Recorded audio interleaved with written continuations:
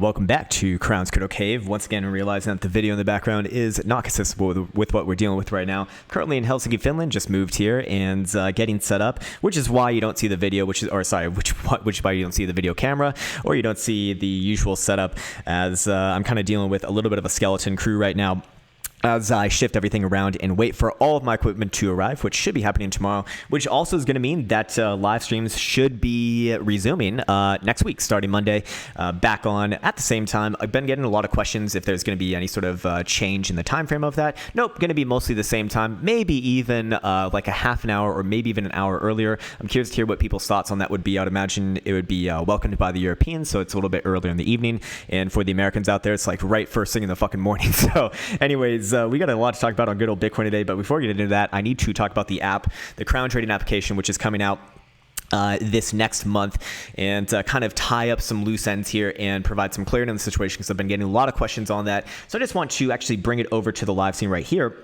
and just point towards the announcement section on Discord, as I went through the other day and posted a pretty long, I made a pretty long post in the announcement section. It should explain most of the frequently asked questions that I've been getting. So to kind of wrap it up, and the biggest things that I've been getting asked is, first and foremost, what's the changes that are coming? Well, there's really not many changes except for the Jewel. The Jewel will go from a lifetime access, I suppose, investment to a subscription-based model.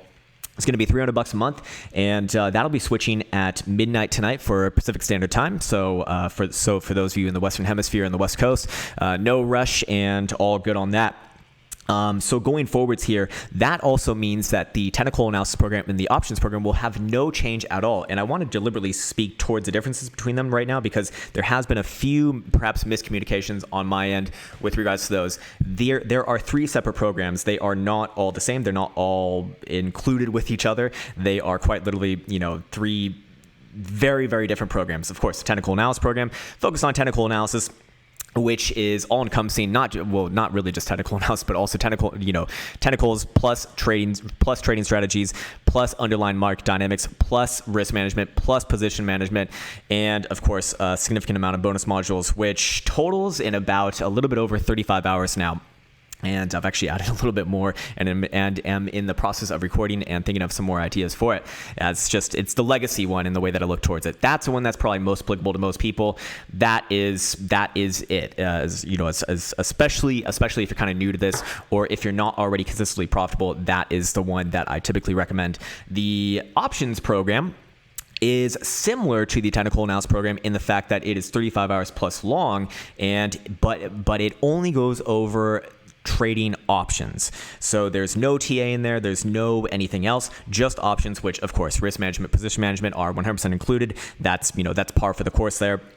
But again, very, very, very, very, very different than just trading technical analysis. So if you're not already comfortable with that, if you're not already comfortable with your technical analysis, I would say that it is not a good idea to get into it, because I actually will make some assumptions that at the very least some basic technical analysis.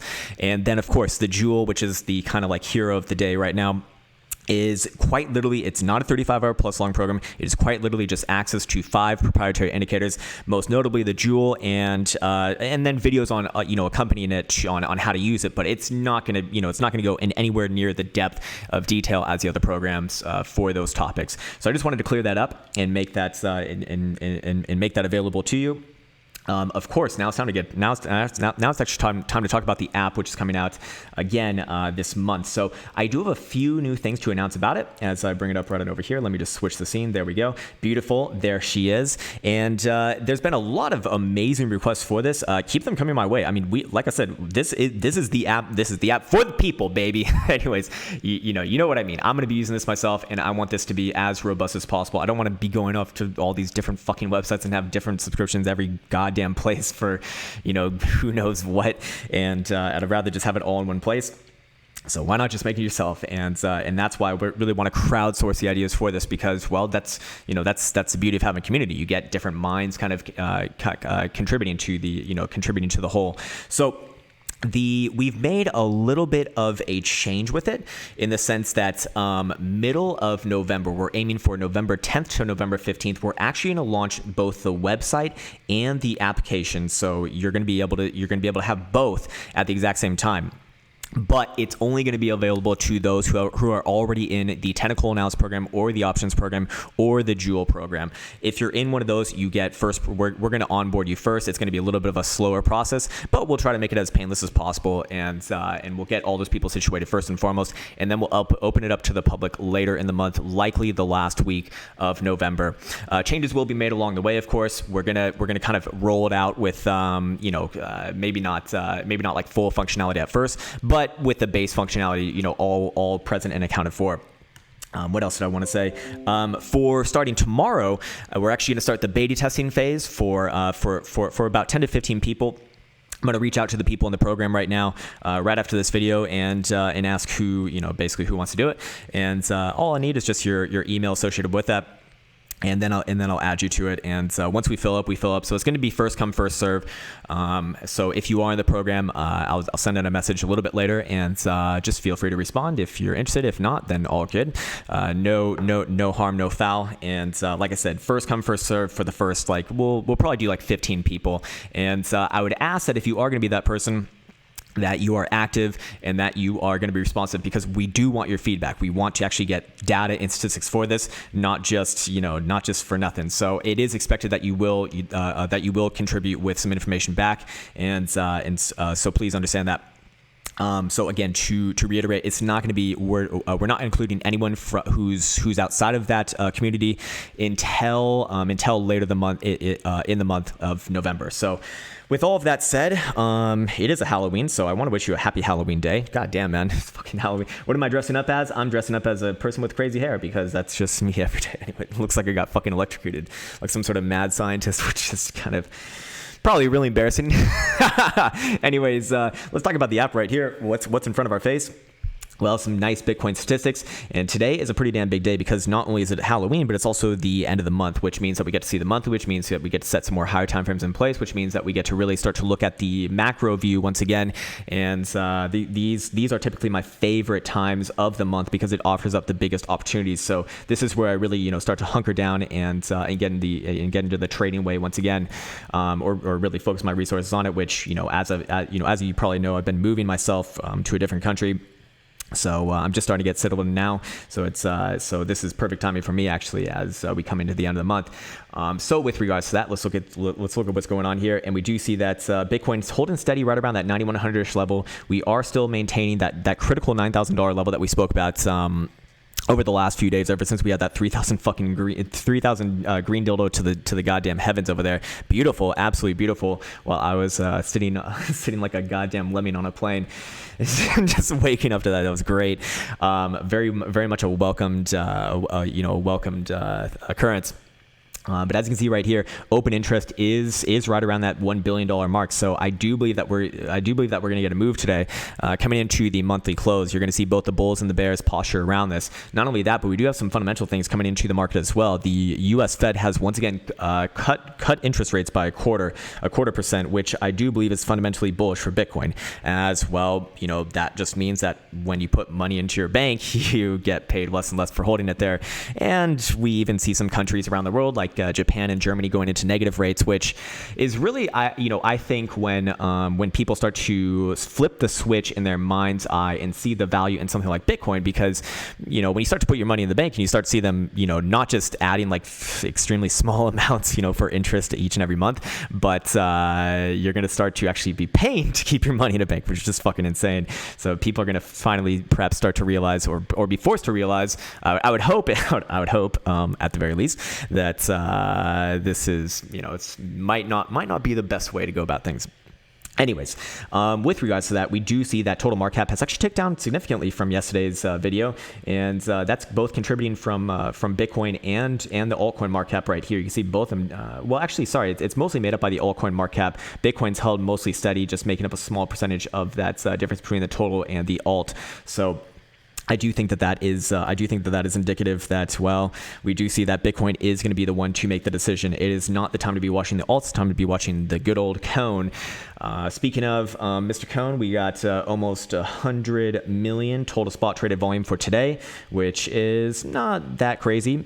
So I do think that this is kind of a ripe opportunity for a major, massive move, again, as both the bulls and the bears posture to take control of this monthly and drive the next quarter's worth of price action. Let's see what else we have to look at. Just looking at some of the live trades right on over here. By the way, I'm getting a lot of questions about the what's on the left hand side. We're going to be, this is all live trades right here. Well, bigger trades, of course, market orders. So you get to see that in real time for BitMEX, Deribit, Bybit, and we'll probably add a few more as time goes on. But for right now, that pretty much encompasses most of what we're looking at. And with that said, let's actually get into the live scene now. Look at some goddamn Magic Enda money business. So let's see. Let's switch it up right on over here. Let me just make sure that my microphone is working. I think it is. I think I'm also recording as well. We're 10 minutes in. Holy shit. I haven't even said anything about Bitcoin just yet. Anyways, let's start it off with this. So, there's kind of like a tale of two things going on right now. I'm currently on a completely fresh chart on good old Finex, and let's just put in the one trend line to rule them all right now, and that is coming in from our 2018 May high is coming in right around here. You do see that was what was holding us up during the consolidation in June, July, August, September, and what is now providing our impetus for rejection thus far on this current run. But there's two major competing narratives. We do see that we are living above all major moving averages right here, and we do see that the yellow 20 minus 2 moving average has actually gotten a positive slope on it. The red 10 symbol is still negative, but this, as it is right now, I would say is fine as long as we maintain above 9,000 bucks. It is still the same level to the downside. I'm actually biased to the upside here, even though we are living right below a resistance trend line. So, of course, you could have scalped if you could have scalped this if you wanted to, coming into the week, but I don't think that really dictates the trend right here. What's more interesting to me is looking at momentum oscillators. We do see that weekly Stokes are having a fresh cross the upside, or perhaps a fresh cross the upside. They will have a chance to confirm this later this week on Sunday at 8 p.m. Eastern time. Just to give an idea of what the last few times that we've gotten from this region, we're back in, basically calling the low right here in December 2018, and then calling the higher low right here a little bit later in February. Both of these correlating with that area right here.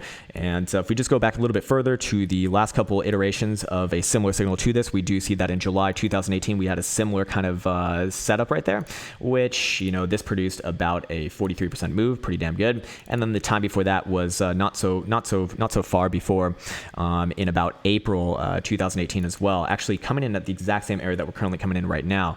Very, very, very, very, very, very similar. In fact, even kind of the same setup along the same trend line. This one producing about a 38 and a quarter move to the upside from signal given to next major high put in. So, thus far we have had a pretty, impressive rally based upon this. But when you look at these guys, it's sustained, right? It's not just one girthy green dildo to the skies like we got right on over here, but it actually does get some follow through. So looking at those two things together, that is typically what I look for in order to kind of judge the next sort of, if a breakout's likely to happen alongside a major trend line. You look at looking at my momentum oscillators plus where the resistance is, and in this case we are kind of brushing up right against it as we see it start to tick up, and then we'll kind of pair that up with volatility metrics and come up with a likelihood for this. So I want to see volatility kind of starting to cool off on the lower time frames, and I want to see it continue to expand on the daily and above. And I believe that is what we're seeing right now. Actually, if we go over here to the daily, we do see that historical volatility percentile is still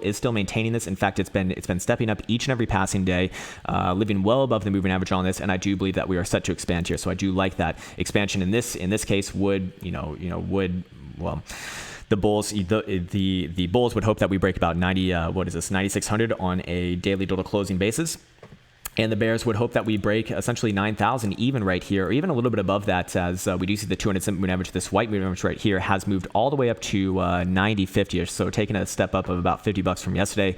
So it's the margins are very, very thin here. We're basically in about a $600 range, and in the next daily close outside of this range, I do think we'll decide it, and we're going to see that volatility absolutely explode. Whether it's to the upside or the downside. If it's to the upside, and we take out 9,600 on a daily total close.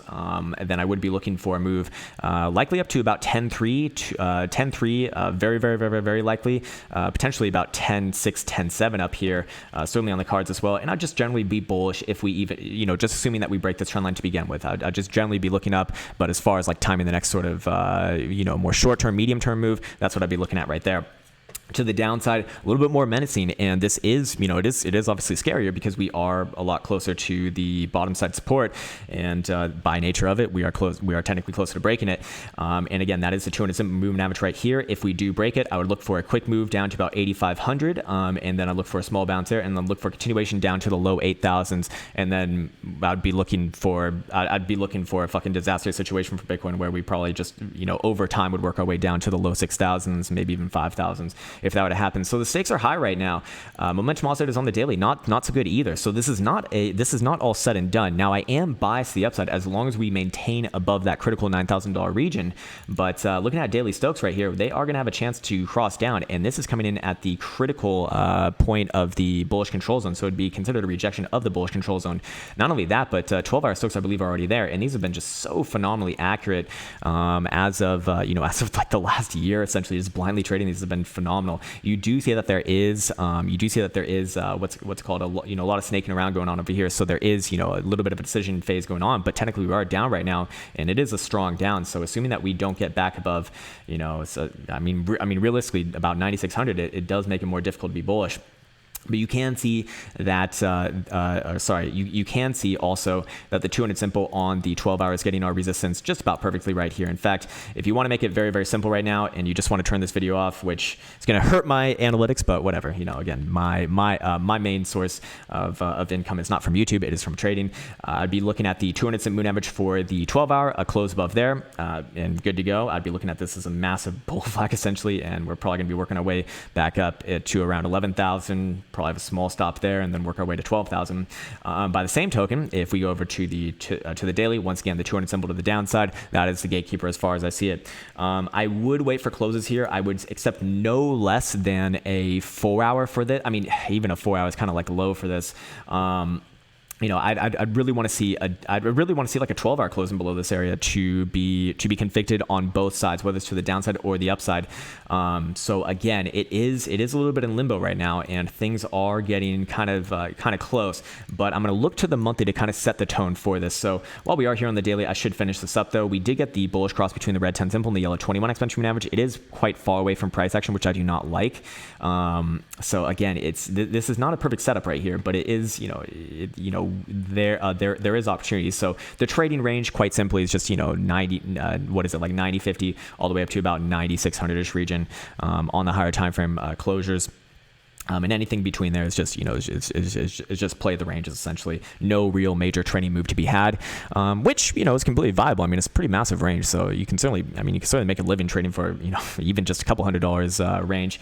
But I do think that we're going to be looking at the breakout relatively soon, whether it's to the upside or the downside. So let's start to gain some more confluences on where this is likely to break. Just start to come up with some biases. And like I said, I am essentially biased the upside as long as we're above that $8,900 to $9,000 region. 8,900 I'm getting from the 3-day, which I do put a lot of weight on, and the 3-day did close above all major moving averages, both in open and close on the last one, so I do like that. However, I would say now, because we had that last 3-day deal to come all the way down to that $9,000 level, if we even just take out the low of it, just even ticking below it, not even closing below it, that's going to be the first major warning signal, and aggressive traders probably could take that as as an early short signal. I would certainly be taking profit on my longs from the mid 8,000s region, and I will perhaps even flip short off that, although I probably wait for a closure in order to put on a real short position. For the 3-day right here, I do see that momentum oscillators are pointed north, and we actually did break this trend line, so we did confirm above this trend line yesterday that we're looking at right here, and we're also going to be having a chance to get out of the bearish control zone for the first time in a couple months now.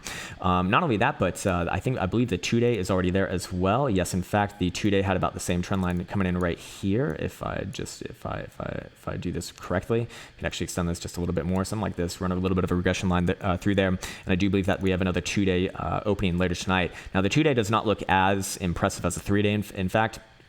In fact, the 2-day RSI looks like it wants to come back down and retest somewhere around the neutral zone, which would imply a little bit of downwards action here. So this is, this is a scary situation, because if we do break to the downside, we're not just going to break structure, but we're also going to see hidden bearish divergence hit on higher time frames, and we're also going to see, we're also just going to see that volatility explosion to the downside, which it has plenty of room to go still. If it does break to the downside, it will be very, very, very, very, very nasty. I would make no mistake about that. You do see the 0.5 period retracement kind of coming around this region as well, all kind of agreeing with each other. But here's the thing. Let's go focus on what is the hero of the day, or maybe not the hero of the day for one side. Let's go look at the monthly. What's the monthly doing? I would say that if the monthly closes really anywhere above 9,000, especially 9,500, phenomenal. I would feel a lot more comfortable if it closed anywhere above 9,250. I would retain a bullish bias. If we close below 9,250, I would be skeptical, although it's not a death sentence in and of itself. I do want to point out that we have the same sort of cross that we have right in over here between the red 10 simple and the yellow 21 exponential moving average that we got back on over here in April 2016. Of course, one iteration in the history of Bitcoin price action isn't really good enough to get like a long-term view on this, but we can go down to lower timeframes, which have more iterations on a lot of these signals that show about the same thing. Anyways, this one over here pulled back after the major explosion off the lows, into this cross, and then marched it up from for like a 5,000% gain. Again, I'm not saying that Bitcoin's gonna have a 5,000% gain from here. Even if we do close above like 9,250 or even 9,500, that would be phenomenal. But I do think that we'd likely set the tone for working our way back up into the 5 digits once again. 11,000 would be extremely likely at that point. I think even I'd say longer term probably 14,000 just beyond would start to look good. We do see momentum oscillators on the monthly going to have a chance for the Stokes get in the bullish control zone right here. Very, very nice for the first time since I guess March of 2018. So it's been like a year and a half now. Maybe more than that. Monthly RSI. If this confirms above the exponential, I would also kind of put the odds more in the bulls in the bulls court right here. I do like the signature thus far. But remember, I do think that there's going to be some sort of big price action before the monthly close, most likely. If it's to the downside, all of these things are going to go away. Here's perhaps one of the most important things that I only look at, a few times a month, just at the beginning and at the end, because it doesn't really change all that much, but it does. It's been a phenomenal indicator for just kind of blindly trading right here. Anyways, it's accumulation distribution indicator. And we do see that not only have we got a positive slope on this, but we're actually taking green now, which I actually don't even care about the color of it. I only care about the slope, and the slope is increasing to the upside, which is really, really good. And that's what happened last month. We actually saw the slope increase the upside last month, which should have been a big tip off to me that we actually were going to put in a bear trap to the downside and then work our way to the upside. Obviously I didn't write that one down because, well, I've just been busy with other shit this whole month, really, and that would have been a good bias to have. Anyways, once we get the new tick later tonight at 8 p.m. Eastern time, we will have clarity on the situation, whether this maintains a positive slope or whether it loosens. If it loosens, that's okay. That's actually not a death sentence. It's only I'd say it's only bad if we get a negative slope or if we just go completely flat here. But for right now, I would say that this is certainly more on the bullish side. So again, just more and more things on the higher time frames. If they end as they are, as you see them right now on close, I would say that this is certainly more on the bullish side. Anyways, we've only been talking about higher time frames as of yet, which, yes, they do matter more. But let's go down to the lower time frames now, because I know people are obsessed with these, which I suppose for good reason. They're fun to look at when you're bored and whatnot, but. Let's see if we can find any sort of hints here with what we're looking at. And looking at the 4 hour, are we flagging out? Are we doing some sort of a pennant? It doesn't seem like we've had any sort of major breakup or major breakdown from here. We do see that volume is continuing to decrease on it, which is, God, I cannot stand crypto Twitter, crypto Reddit, or crypto YouTube. People will just say volume falling off, then it's bad. It's like, no, it means you're in a consolidation. Understand that volume is context dependent. It's not just like volume low, bad, volume high, good. It's people make it sound like, guys, this altcoin's gonna be fucking amazing. We just need more volume. It's like, you do understand that in traditional markets, more volume typically does imply downwards price action, downwards market, and you know this intuitively, because what produces more volume? What does more volume tell you first and foremost? More people are trading. During what events do people trade more often? Well, usually when they're emotional and when they're scared, which usually happens during downwards price action. Anyways, in this case right here, like I said, as long as it maintains above, especially 9,000, but even as far as 8,900, which is where the 377 is coming in right now, I would say that I'd give the nod to the bulls here. Doesn't mean that it's 100% going to break to the upside. It just means that if we break that area to the downside, I am happy to flip. I'm happy to take profit off my longs, which I did post on my YouTube stories yesterday. And by the way, once I get my main workhorse computer, I'll be able to show my positions on Deribit directly on screen here, and won't have to do it through stories, which is just I suppose more convenient. Although I'll still upload stories, just because it's really easy to, like, when I have when I want to say something, but it doesn't really warrant a new video. Maybe it's only going to be like 10, 20 seconds long. Just something small, but something to keep aware of. So I do update there, but for the most part, all the most important things are going to come on stream like this. Anyways, what we're looking at right here, I shudder at what's going to happen if we actually do break this to the downside, and people are going to say, Krown, you were bullish, you idiot. It's the same thing right on over here. Like, holy fucking shit. First things first, you should not be copying what I do, because unless if you're at your computer all day and have the same sort of preferences as me and have the same sort of risk management style as me, and also I'm trading options most of the time too, so if I am going to cover, I can typically cover with options, and even on like a losing trade, I can still make, or it's at the very least break even and typically make money even on a losing trade. It's very rare that with options you'll actually lose, assuming that you know how to do it right. Although you certainly can, and during the trial and error phase, you likely will. I certainly have had my fair share of losses, during that as well. But after you kind of get the hang of it, it becomes kind of second nature, and you'll be making those decisions in no time. But it's the same thing right here. It's the same thing right here at the 8,900 level that I saw right around 7,800 right here. What was I biased to the downside in this area right here? Yes, absolutely. A short right around about 82 or 8,300 average price, whatever the fuck it was. Came down, took a little bit of profit at 7,300. Then when we came back up, I said the line in the sand is 7,800, 7,850 in confluence with the daily 377. And then we blasted through up there. I took my profit on that short, which again, it's still like $400 from 82, 83 to 78, 79. And then people were like, Krown, you got wrecked. It's like, okay, that's very enlightening to see how most people think in a market like this, and it's going to be the same thing right here. If we take out this area, I'll do the exact same thing, and I will flip short. But until that happens, I'm happy to retain a bullish bias. That's just the way that I trade. It's not going to be for everyone, and understand that everyone has different trading styles and trading personalities. And the purpose of this channel is not to be spoon feeding or be like a signals channel. It's just to share what I'm doing for better or worse. And I'm going to take losses myself. Absolutely. In fact, I've shown some pretty massive losses in the past, and I'm very happy to talk about it because it is a part of the game, and that is baked into my strategy. But at the end of the day, you have to once you have your strategy set, you have to trust in the statistics that over time it's going to work out in your favor. So it's no real issue to take a loss, assuming that you have those things in place. Here's the problem with what we're looking at right now, though, as far as this price action goes. Actually, no, we won't get in that just yet. Let's first talk about the lower time frames. I'm sure that some people are calling this a descending triangle. It's not a descending triangle at all whatsoever. Fucking stop it. Stop drawing trend lines with only 2 fucking touches. Jesus fucking Christ. This is just asinine, man.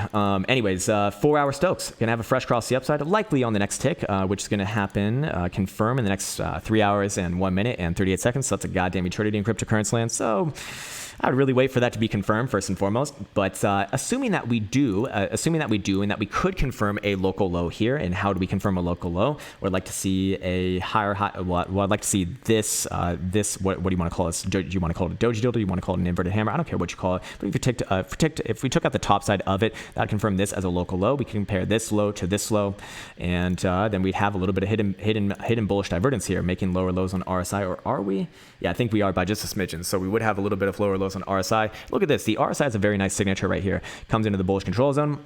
gets kicked out. We come down all the way to neutral zone, kind of double bottom, slight hidden bullish divergence. If we take out the last 4-hour dildo high, which is 92.30, so about $100 higher than here. And then yes, I'd likely look for another move back up to like 9,400, 9,500 region right around here. So yeah, 93.50 to 94.50, we'll call it.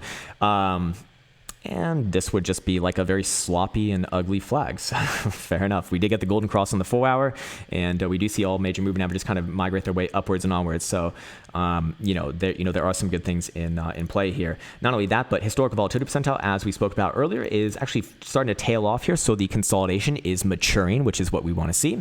Which again suggests that we probably do get this next move. I think likely today, in the next 24 hours.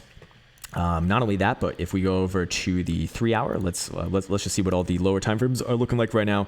I think 3-hour stocks are already confirmed to the upside. We do see a nice trend line forming here. Oh, I guess we already have it in there. So keep in mind that pressure right around the edge of the bearish control zone right here. So if we do break above there, that would also be a damn good signal that we are going to take that next leap to the upside, back into the 5 digits, most likely over time, not in the same fucking tick, but over time. Anyways, 3-hour. What's 3-hour RSI looking like? Not really telling us too much right now. In fact, the 3-hour looks a lot more sloppy. Not only that, but 3-hour Joule could be lining up for a continuation sell signal. We did get a sell signal right here on the where was this? This was right around. Oh man, my price chart on the left-hand side kind of moved away, but it looks like right around about 9,500. I'd kind of hazard a guess, and if we do see the blue start to curl back down, if we see this start to fall back over, it's going to be a continuation sell signal. So that doesn't, I mean, for me, I never take signals within this region to begin with, but it would say that if you took the short right and over here, then hold it. The 4-hour also had a similar signature, I believe. Yeah, we did get a pretty decent sell signal right here. Not perfect, but pretty decent, right at the 66 mark. And then we got continuation hodl your short signal right here on the 20, what was this? 2 days ago, right here. Yeah, right around that same 9,500-ish area. But the question is now, how's that played out? And are we going to see this just absolutely catapult back up? Only time will tell for this one, really. But something to keep an eye on if you do have access to the Joule, as that's going to be how I'm judging it myself. Let's see. Let's go over to the 2-hour. What's the 2-hour looking like? Again, sloppy here. I mean, the lower time frames actually don't look they don't look as promising, or they don't look very promising like the higher time frames. 2-hour Stokes actually up. So we do see 4, 3, and 2 up thus far, and hourly are currently down, but those snake around quite a bit, and they're quite reactive. So again, it's hard to really get anything like concrete from the lower time frames. I think today, especially keeping in mind that the monthly close is happening later today, that is the presidential factor that I'd be keeping my eyes on, and I'd probably just delete all lower time frames. There should be like a hashtag delete lower time frames, like cancel culture. I just see this all the time, man. People are like, "Hey, Krown, I saw that we have a descending triangle in the hourly." It's like, hey, it's like I need the fucking buzzer right now. So you just. It's like, hey, Krown, buzz. I saw in the hourly, buzz. A descending triangle, buzz. And it's breaking out right now, buzz. It's like, it's not that lower time frames don't work. And believe me, I used to make my living trading the fucking 5-minute and 15-minute in traditional markets.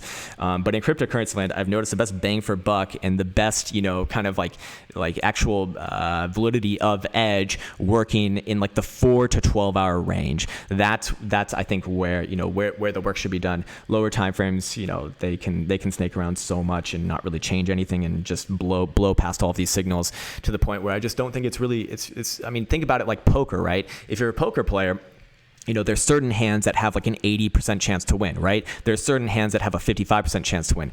Do you want to play the hand that has a 55% chance to win all the fucking time? Well, I mean, if you play it enough, you're going to come out on top. But for a lot of people who are just over leveraged, you're going to go fucking broke before you make that break even. So, if you are going to be that over leveraged person, it's better idea, which is most people in this market, which has fucking 100x, which has no business ever trading 100x. It should be, they should actually like reduce your margin. It should be like half margin is what it should be. It's just fucking gambling is what it is for a lot of people. But yeah, if you're like 80-20% and you're over leveraged, then at least you have a decent chance to to make it on top a few times and hopefully pull through. Anyways, I don't suggest any of that. I suggest a more measured approach with actual risk management, not using a fucking liquidation price. If you use your liquidation price as a risk management tool, it's very, very, very, very, very, very, very likely that I won't finish that sentence, but you know where I'm going with that. I don't know any professional trader who does it like that. If it works for you and you've been making a living for a long time, making all kinds of money, I'm very happy for you. And hey, keep on doing what you're doing. Don't let what I'm saying kind of dissuade you. But for those of you who maybe are not doing that, and don't have those results, I'd strongly suggest considering to let go of that sort of thinking. It's just terrible, in my opinion. Anyways, let's see what the expected moves chart lines up with. If it lines up with anything right now, we do see that the rings are very, very, very, very, very, very, very differentiated here. The ranges have actually gotten larger, and I don't think that this is actually that helpful in this current scenario. I would have expected this to collapse a little bit. But of course, that's actually I would be wrong on that, because remember, when we looked at the daily historical volatility percentile is still ticking up. So I suppose it does make sense. I think yesterday's range was actually a lot more accurate, with about 8,900 to the downside and 9,650, 9,700 to the upside. Today, obviously a little bit more. Well, I suppose the upside is still kind of in line there. Again, from what expected moves is saying, it would suggest that a move to the downside and a move to the upside are actually a move to the downside is a little bit more likely, just because. Remember, the actionable area, in my opinion, for a break to the downside is that $9,000 level for an aggressive and 8,900 for a little bit more conservative, and that's actually within the first standard deviation to the downside. So that is, it's like what, a 33% chance of happening, or something, or maybe 34% chance of happening, something like that. From our current area right here. Whereas to the upside, it's actually less than 16% chance that we break above this guy right here. So if you are looking at probabilities, the downside's a little bit more likely from a volatility perspective. Which I do think is quite interesting right here. Anyways, go check out the Bitcoin VWAP ratio for today. Do the daily check-in on this one. And we do notice something interesting here.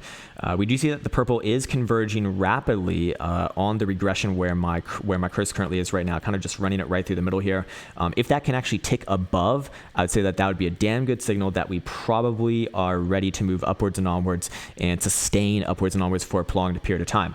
The problem is that we have never gotten a signature like this that has not played out with a lot more significant downside in the past. I want to point out this signature right here, beginning of 2018, that was basically from 20,000 down to 6,000. I want to point out this signature right here. I'm going through quite literally all of them right here, which was all the way from this area. I don't know. I guess it was $650 down to the low of like $150 in 2015. I want to point out this signature right here, which happened right at the high at about $1,000, and then brought us all the way down to that $150 mark. Although you could say just as easily $350, but both very, very nasty.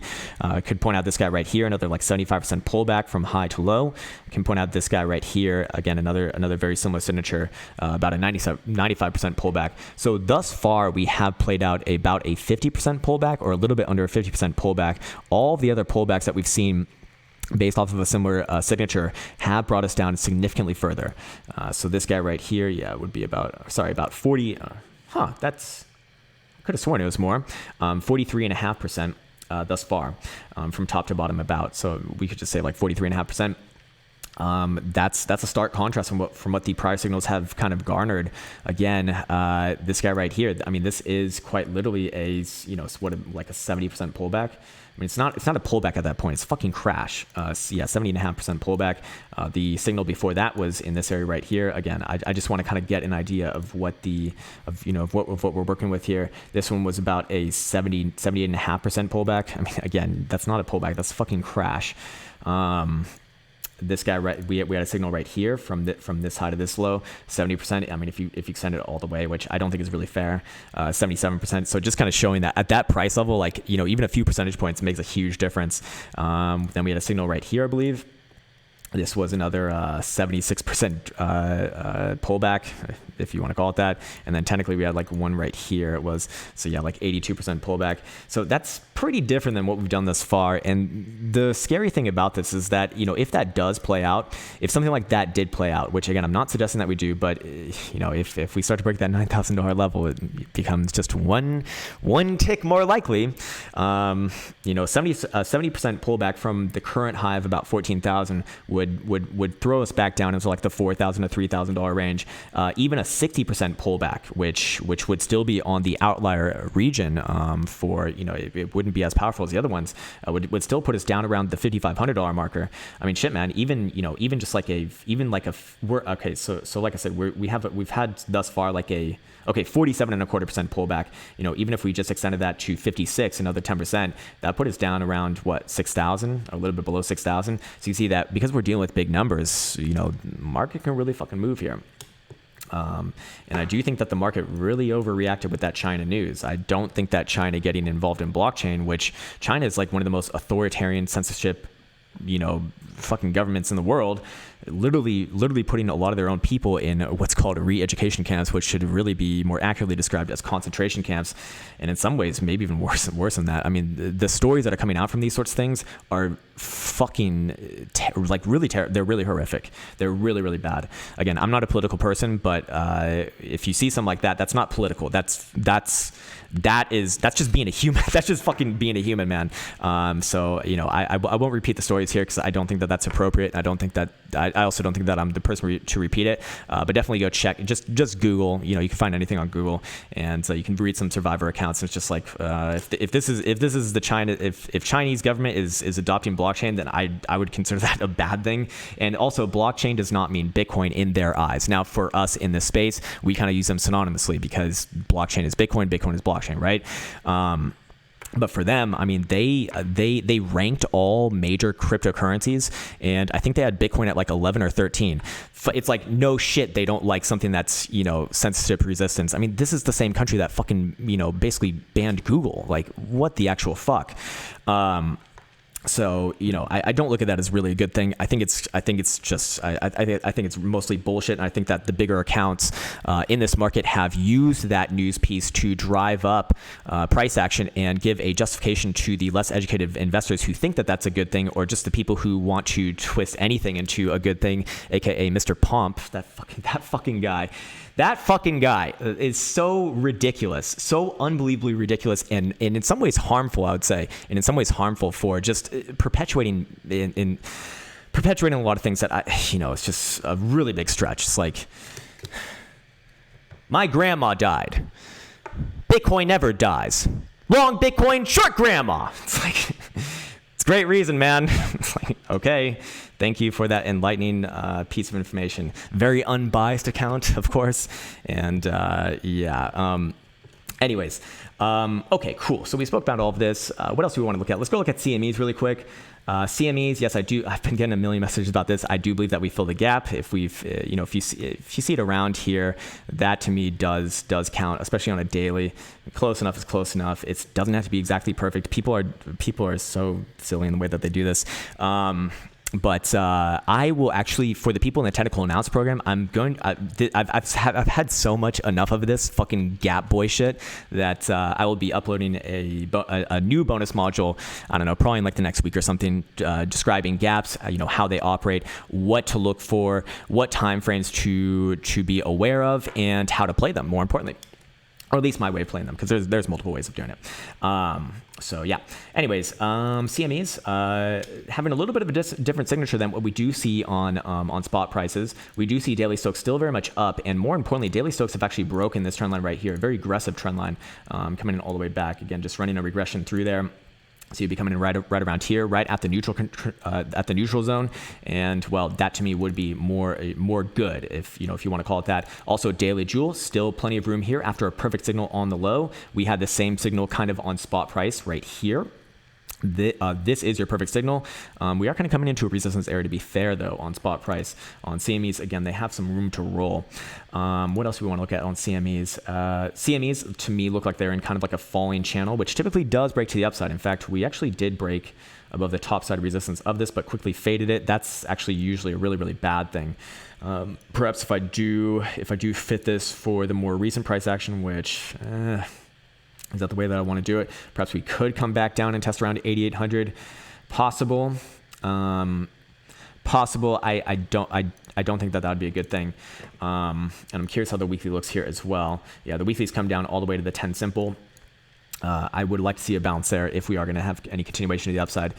Do we see the same sort of cross on weekly Stokes here? Yes, it is going to be in play. Perhaps if we do close this here or higher for CMEs tomorrow. So we will see CMEs close tomorrow. So we will get clarity on the situation within about 36 hours, I believe.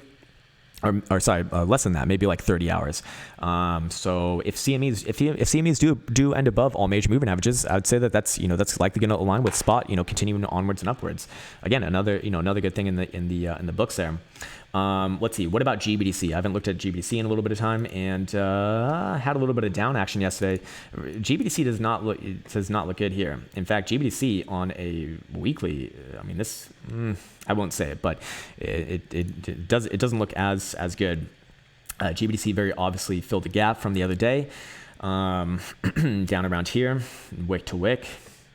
And did get a little bit of a pick me up after that, so that's fine. That's all good. Could it be that GBDC is leading and we actually do come all the way down to this, what would be akin to our 10th of October highs? Maybe that would likely put spot. Let's kind of see where it is. I'm going to guess that it's right here. Yep, it would likely put spot right around low 8,800, 8,820 actually. So perhaps yes. Could it be that we get a wick down to that region and then end the day above the 200 simple? Yes, possible, and I'd say that that's fine. But if we got a wick down to this region and then close below the 200 simple, fuck no. I'd be quite bearish based off that, especially if we close below 8,900, for God's sakes. Anyways, let's go check out Bitcoin dominance. I just want to make sure that my streaming software or my recording software is still working. Okay, it is, and this video has already been way too long. Sorry about that. Let's go look at Bitcoin dominance right here. Yes, getting that nice bounce that we spoke about yesterday right off the 69.5% region, and I do think that we tick back up here, probably short term back up to like 70%, and I would say that longer term the weekly's quite bullish, especially if the weekly can close anywhere above about 69.5%, which to me this just looks like we come back down on a retest after a massive girthy green dildo to the sky after testing the 21 right here, and that's massively bullish longer term. Again, assuming that we close this next weekly above 69.5%, I would look for this, just over time, over the next month to work its way back up to 72% and perhaps beyond above that. Bitcoin dominance still looking good in this current posture. And if we end below the 200 simple, nope, I would say that it's time for altcoins to party. So we are going to go check out the altcoins right now and imagine that most of them are probably having some minor pullbacks.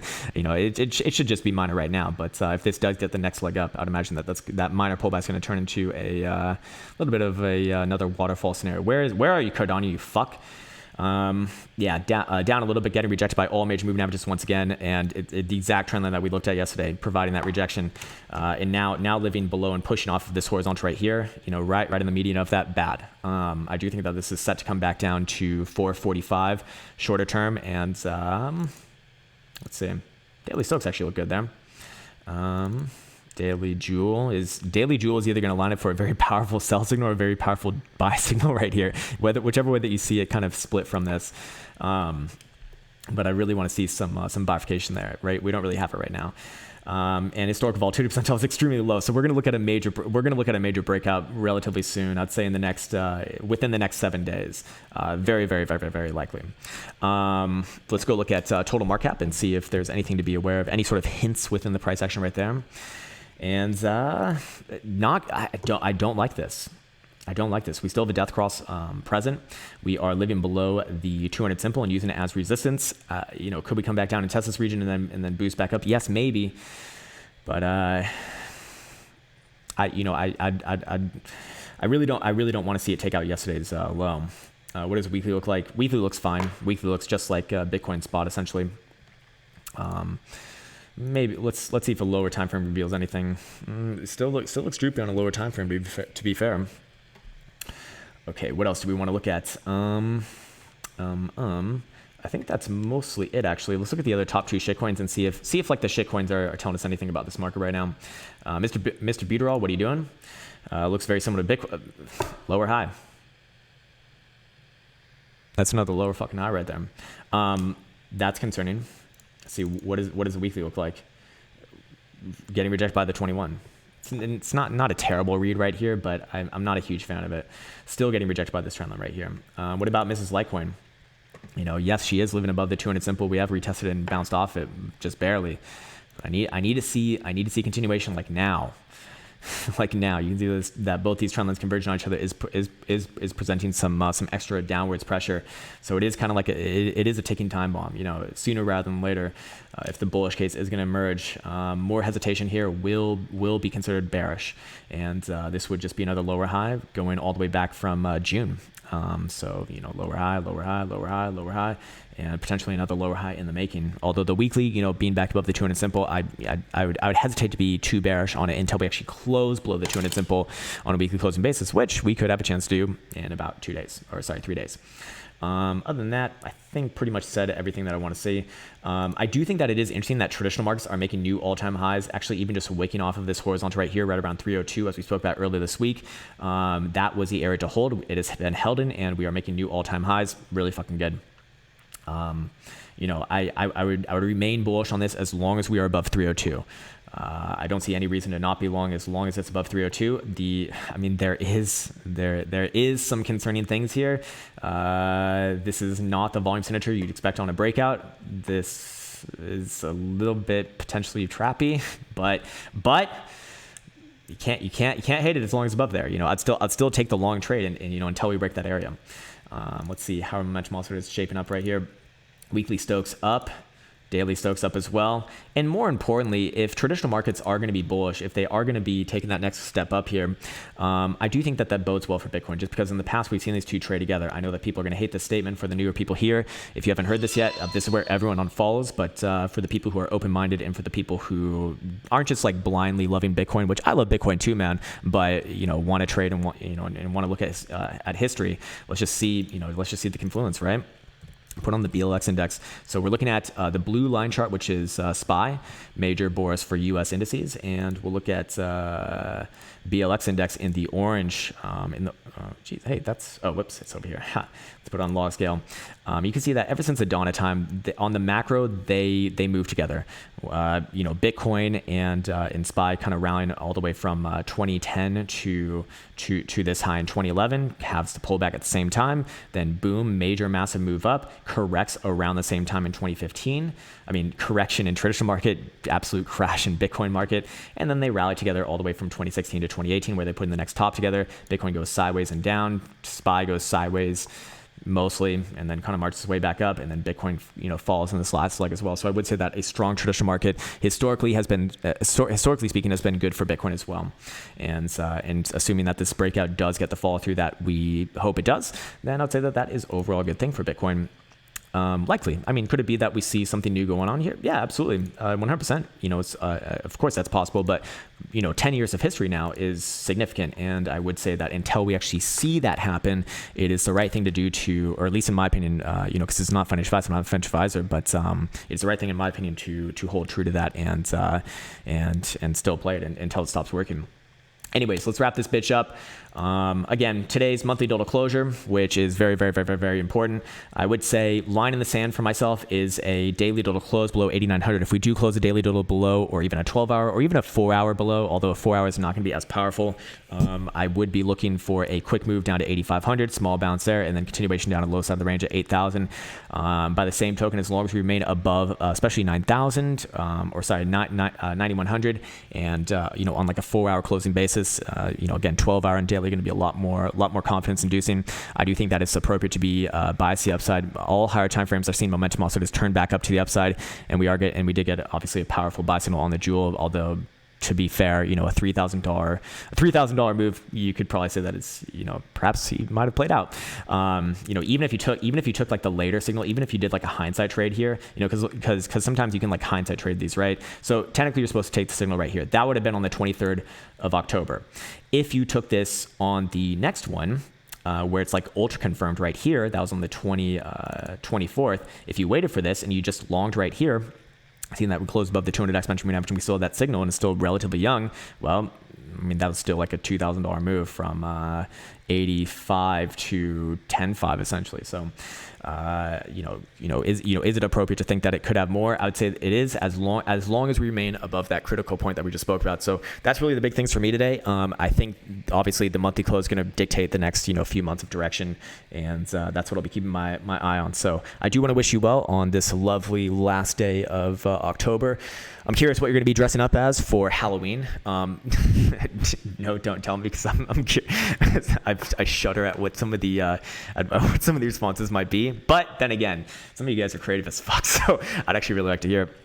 And yeah, if you have any questions, the best way to contact me is on Discord. I've been really bogged down recently with the move, and then also just with it's been kind of like a hectic time answering people's questions right now. So I might be a little bit slower than usual, but I'm doing my best here to get to everyone. And I promise I will get to you. Please please understand that it's a little bit of a delicate situation right now, and if you feel like you've messaged me and I've taken like a very long time to get back to you, like more than a couple days, just send me another message. It's possible that I got lost in the ether of my fucking Discord message box. I would strongly suggest, and I strongly request that you do not contact me via email. It's extremely difficult for me to follow up via email, and also I would like to keep those things separate. It's not the best place for it. In fact, I'm kind of curious how like some people get my email. It's also like my personal email, which is kind of strange. But fair enough. Discord would be much better for both you and I, just so that we could, so we can actually get something done. Anyways, yeah, with all of that said, wish you well over here from Helsinki, Finland. A very cold but bright and sunny day, actually. Take care, and I'll see you next month.